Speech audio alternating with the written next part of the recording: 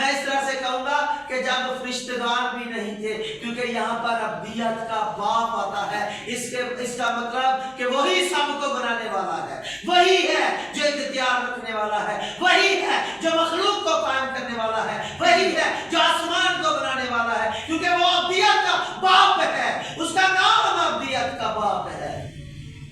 اس کا نام کیا ہوگا؟ ابدیت کا باپ۔ وہ عجیب ہے، بشیر ہے، خدا قادر ہے اور ابدیت کا باپ ہے۔ وہی ہے ابدیت کا باپ جو سب سے پہلے تھا، ہے اور رہے گا۔ ہاللیلویا، ہاللیلویا۔ ابدیت کے باپ کے لیے زوردار تعریف کریں۔ یہ یقین ہے کہ ہم اسی کو ماننے والے ہیں جو سب سے پہلے تھا۔ وہی ہے ابدیت کا باپ۔ یسایہ کے صحیفہ میں یہ پیشن گوئی عام پیشن گوئی نہیں ہے، پوری دنیا کے لیے پیشن گوئی ہے، تمام کائنات کے لیے پیشن گوئی ہے اور ہر مخلوقات کے لیے یہ پیشن گوئی ہے کہ وہی ہے سب کو بنانے والا، کیونکہ باپ کا مطلب پیدا کرنے والا، بنانے والا اور پالنے والا ہے۔ آگے بڑھتے ہوئے ہم دیکھتے ہیں میرے عزیزو، خدا کے کلام مقدس میں لکھا ہے سلامتی کا شہزادہ ہوگا، سلامتی کا شہزادہ ہوگا۔ اس سلامتی کے شہزادے سے مراد شہزادہ کسی بادشاہ کے بیٹے کو کہا ہے، یہ یاد رکھیے گا۔ اس کا نام ایک یہ بھی ہے کہ وہ سلامتی کا شہزادہ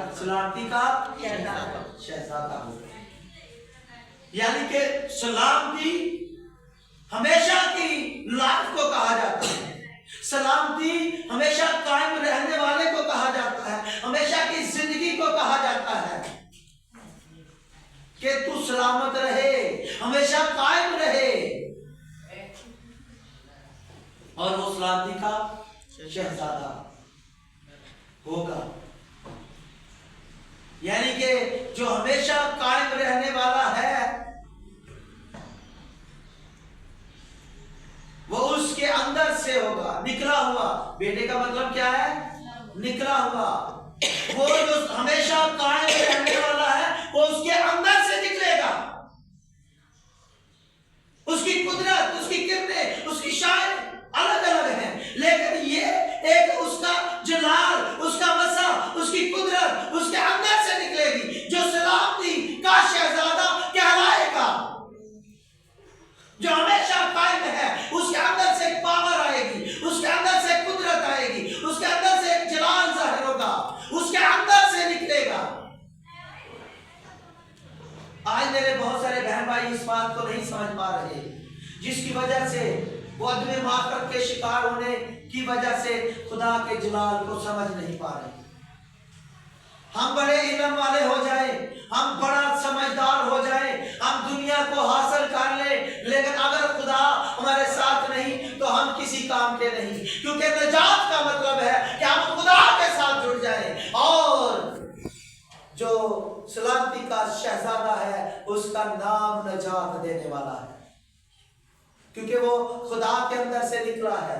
اب خدا نے آدم کو حکم دے دیا کہ تو لعنتی ہے، اب خدا نے آدم کو باہر نکال دیا اپنی بادشاہی سے، اب خدا نے ایک بڑا فیصلہ لیا کہ تو اس قابل نہیں کہ تو میری بادشاہی میں رہ سکے، لیکن خدا نے ایک بڑا پلان بنایا، ایک بڑا منصوبہ قائم کیا، اور اس نے اپنے اندر سے ایک قوت کو نکالا جو اپنے خدا کی قدرت میں رہ کر ایک ایسا جسم لے، ایسا خدا کے مقصد کو پورا کرنے کے لیے ایک وجود لے کہ جو آدم کی طرح کا ہی ہو، اور خدا آدم کو یہ ظاہر کرے کہ دیکھ یہ وفادار ہے اور تو وفادار نہیں، اگر تو اس کی طرح بن جائے گا تو پھر میری بادشاہی میں آئے گا۔ اور آج یسوع مسیح کے پیدا ہونے کا دن منا رہے ہیں ہم 25 دسمبر، اس لیے بنا رہے ہیں کہ ہمارا نجات دہندہ ہے۔ اب اس کے نجات دینے کا مقصد کیا ہے؟ تاکہ ہم ہمیشہ کی زندگی پائیں، کیونکہ وہ سلامتی کا شہزادہ ہے۔ اب خدا نے یہ منصوبہ اس لیے قائم کیا کہ جو کوئی